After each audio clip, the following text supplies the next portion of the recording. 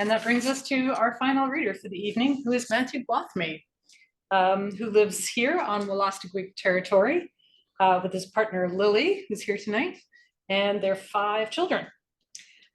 He studied creative writing at the University of Virginia and recently finished his PhD here at the University of New Brunswick, where he did, in fact, do a stint as a reader for the Fiddlehead. His second poetry collection, Tumbling for Amateurs, just came out with Coach House Books. Please welcome Matthew.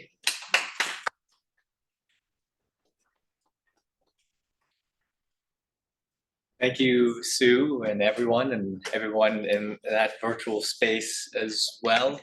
Yeah, go up a little bit. Yeah, that's there. We can see all my head there. Yeah. Okay, so I am a friend of the Fiddlehead, and in the previous issue, the summer poetry issue, I was a contributor. So I thought I would start with that poem.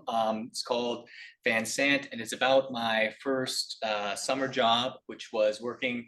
The official title was merchandise distributor. Basically, we lugged huge stuffed animals into an amusement park near where I live. So Paramount's King's Dominion in Virginia.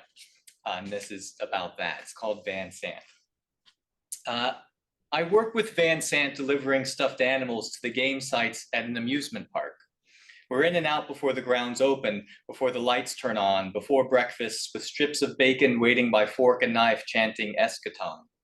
If we have the time, we might throw a few rings or roll a few balls. What's most incredible? When these tractor trailers show up filled with plastic-wrapped, made-to-scale soft toys, and he grabs 6 in each hand, arms all akimbo, as he drags them to the correct bin. Knockoff mice to A5, phony dogs to C3, cowboys and spacemen to B10. He can bench a hysterical aside about the power of the number 7, citing Jesus, creation, Pythagoras, slot machines, our vivid nativity. Unloading another trailer is like imparting a gradual rainbow. Consider the source.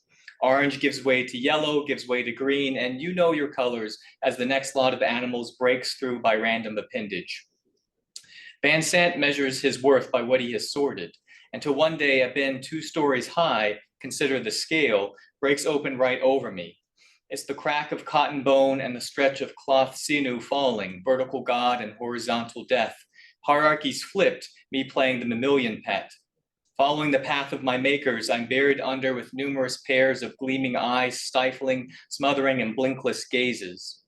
Until Van Sant's there, flinging convenience-packed snowballs of the avalanche to either side, grabbing me around the shoulders and bringing me forth to all the ogling stuffies, banging through transparent bags at their cages, whooping at my almost death. And so I'm just going to read one other poem. It's a bit of a longer one, and it is from Tumbling for Amateurs, which is my second book that just came out with Coach House Books, just as Sue said. Christine already used the word reimagining, so I'm coming up with a new word. It's a recreation of a relative of mine, James Taylor Gwathmey. He came up with this book of the same name, which was an instruction manual in 1910 about gymnastics and kind of the steps, and there were accompanying illustrations to go along with that. And I was immediately kind of taken by it. And this is a recreation, not a reimagining, but yeah, a reimagining as well, but really taken by what I saw this as a possibility of the hidden subculture of desire. And I'm just going to read the first poem, which is called Propositions, and it is in 9 parts. If you want to count along, and then I'll be done. And it's just, reasons why we should do gymnastics, whatever that may mean to you. So propositions. Teachers in public gymnasia welcome any notion that makes exercise more attractive and does away with the barrier of yearning. Tumbling should form a part of every performance taught to young people, and to those who have not studied this gravity-defying subject, we submit these propositions. Number 1. Tumbling will develop harmoniously the whole body without the aid of any apparatus or liaisons. It will eliminate that fear factor associated with flipping further from the ground, not to mention the positive effects on the mind. wholesome, healthy, sublime. A careful study of the physiques of professional tumblers in harmony will verify this and other statements. 2, you can adjust the generosity of impulse to prevent any possibility of danger in going from primary to advanced tumbles. In individual movements, the body always close to release, the chance of a hairline break or furtive strain reduces to a minimum.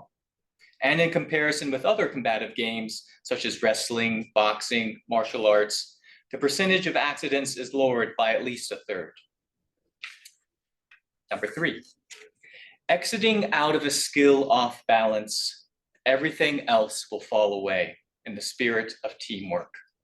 Friends can enter the keenest bravado, urging each other to the highest development of sheer splendor, cheering the romp pent up to the rafters, and never experience the trouble of black eyes and oblique bruises, deep cuts and scrapes, fits or bursts or starts, the usual results of combative sports. Number 4, at least 99% of those entering our ceramic vessel with gold trim florals etched on the sides can participate in some form of tumbling, either individual or in combination with humankind.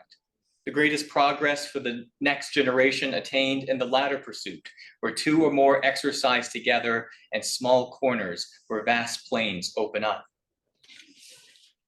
5, no expensive lubricants or equipment necessary in teaching tumblingly. The mats essential in most gyms, all sufficient for frothy jouissance. Affordable to say the least. But if you make this brand of PT a whimsy to your daily routine, then a large mat, 15 feet long by 6 feet wide and 2 feet high and overstuffed with straw or hay provides an appealing foundation that you can utilize for any daring repartee to dreams of bed.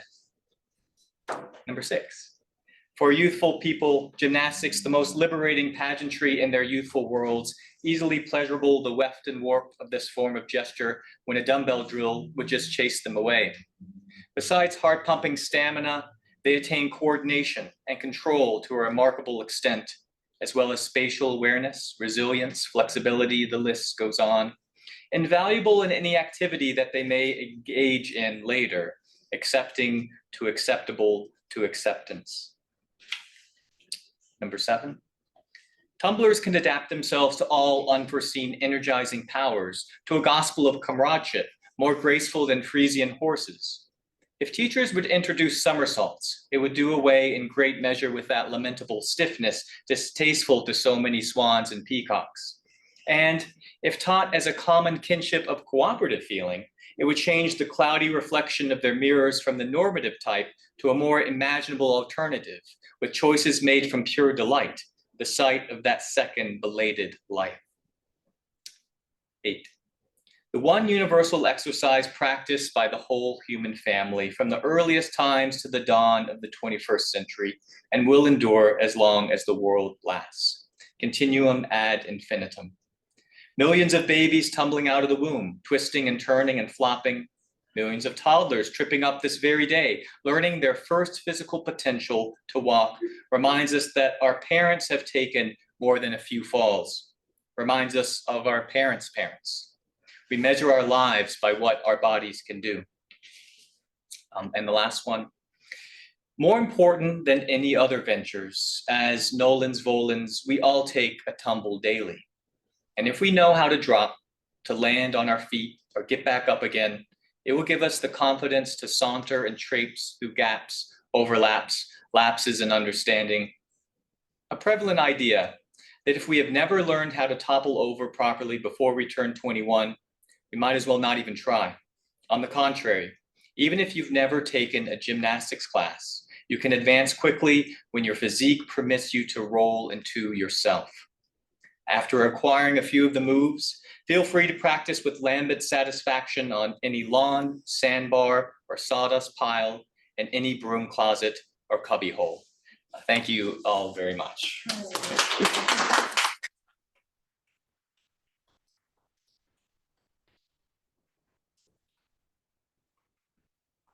Thank you, Matthew. I wrote down the phrase teaching tumblingly because I'm teaching tomorrow morning, and I like the idea of going in with the idea of teaching tumblingly. whatever that might be.